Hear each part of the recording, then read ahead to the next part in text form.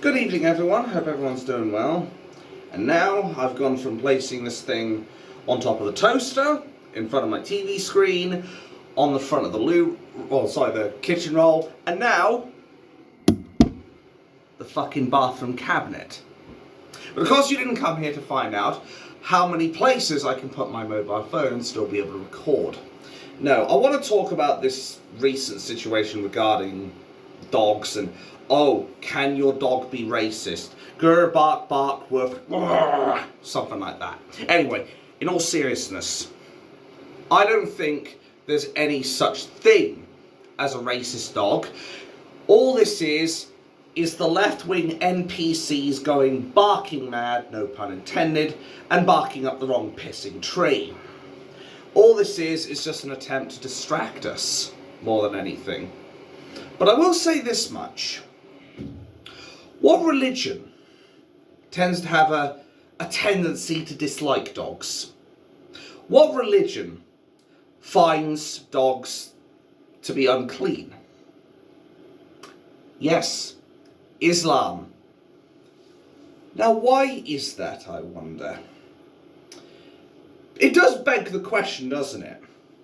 Islam, or the Mohammedans, or whatever you want to call them, the people who are intolerant of Westerners, are intolerant of dogs because they consider them unclean, intolerant of homosexuals, they like to stone them or give them a free first-class ticket off the top of a building, a tall one, and they believe thoroughly that any other scripture other than the Quran is unacceptable.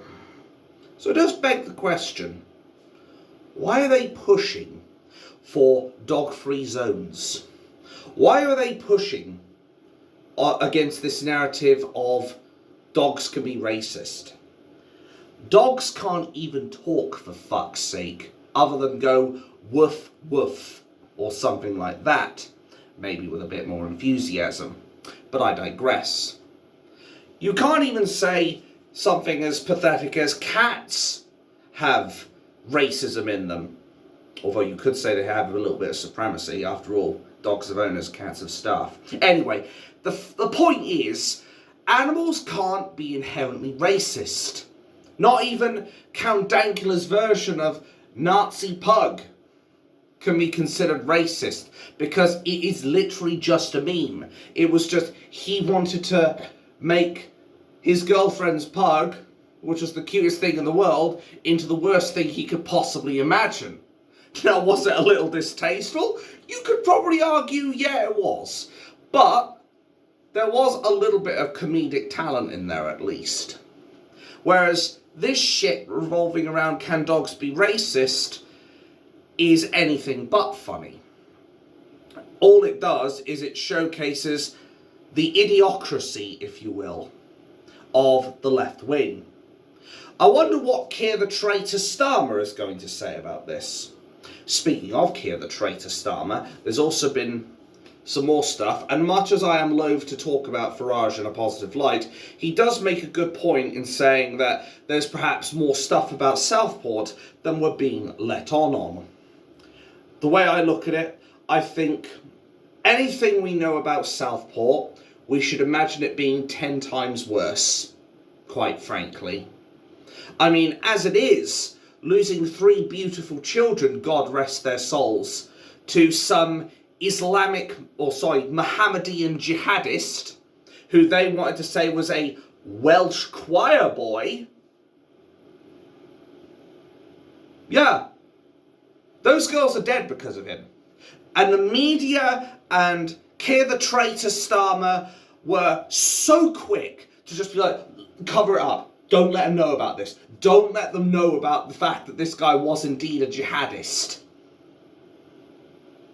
I wonder why that is. Do you know what happens when you keep hiding the truth from the British people? Do you know what happens when you keep trying to cover up things, Keir the Traitor Starmer? People decide they've had enough. And what it will lead down to, ultimately, is violence. And when violence comes along, revolution will follow afterwards. Let me be absolutely clear, as I've always done. I do not advocate for, condone, or want to justify a violent revolution. As I've said before, however, every single time Keir the traitor Starmer makes a silly mistake like this, it is a classic case of the more you fuck around, the more you're going to find out. And anything that happens to the police, anything that happens to the mainstream media, anything that happens to the establishment, anything that happens to the judiciary, anything that happens at all, they only have themselves to blame.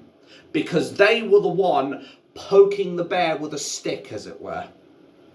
They were the ones poking the bear with a stick, and when it gets pissed off, they suddenly act all surprised when it suddenly gets really pissed off and starts trying to maul people to death.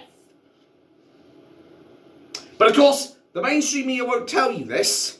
You know the drill, folks, because say it with me, it doesn't suit the narrative. The narrative they want to follow is that this choir boy was so innocent and loving, and look at his beautiful child photo, as emotional blackmail, basically, to say, why would he do such a thing? How could he do such a thing? Yeah, take one of these and swivel, BBC and other mainstream media outlets. You're not fooling anyone anymore. Nobody trusts you, except for those who can't think for themselves. The bottom line is that this dog story is merely a distraction, but it is also an indicator of just how intolerant Islam truly is. And isn't it funny when the moment there's somebody they don't want associated with Islam, they do everything they can to change the identity of the person and whether or not they were associated with Islam. As soon as that shit happens, they do everything they can to cover it up. That's the cold, bitter truth. Keir the traitor Starmer is building this stroke number one. Too busy building a police state. That's what he's trying to do without getting his tongue tied. He is trying to build a police state, and he's using the media to put out nonsense stories like this one, where they basically try to throw your eyes off of the main path and onto somewhere completely different. Well, if you think we're following this path, you're barking up the wrong fucking tree.